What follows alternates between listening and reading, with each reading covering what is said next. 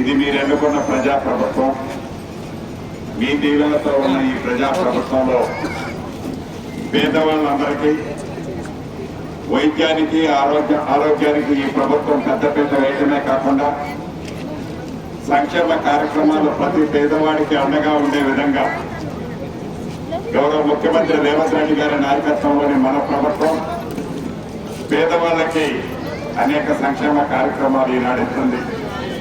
దాంట్లో భాగమే ఇందిరమ్మ ఇళ్ళు కానీ, సన్న బియ్యం కానీ, 200 యూనిట్ల ఉచిత కరెంటు కానీ, కళ్యాణ లక్ష్మి కానీ, సిఎంఆర్ చెక్కులు కానీ, ఇలా అనేక కార్యక్రమాలు పేదవాళ్ళకి ఉపయోగపడటం కోసం ఈ ప్రభుత్వం ఈనాడు పనిచేస్తుంది.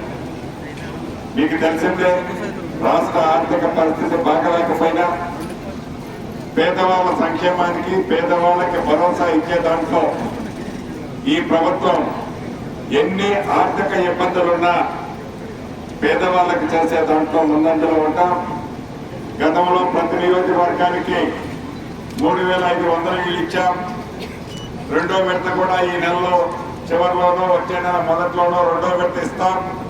ఇంకా 3 విడతలు ఇచ్చింది కాకుండా 3 విడతల్లో అర్హులైన పేదవాళ్ళకి ప్రతి గ్రామంలో ఇందిరమ్మ ఇళ్ళు ఇచ్చే బాధ్యత కూడా ఈ ప్రభుత్వాన్ని. ఎక్కడికి వెళ్ళినా ఆడబిడ్డలు అడుగుతున్నారు. ఆనాటి 10 సంవత్సరాల్లో ఇళ్ళు పేదవాడికి ఆత్మగౌరవానికి చిహ్నంగా ఉన్న ఇళ్ళు ఇచ్చి ఉంటే ఈ ఇబ్బందులు ఈనాడు ఉండేవి కావు. అయినా కూడా పెద్ద ఎత్తున బడ్జెట్ కేటాయించి పేదవాళ్ళకి ఇళ్ళు ఇచ్చే దాంట్లో ఈ ప్రభుత్వం ముందంజలో ఉంది. ఈనాడు ఇక్కడ సీఎం రిలీఫ్ చెక్కులు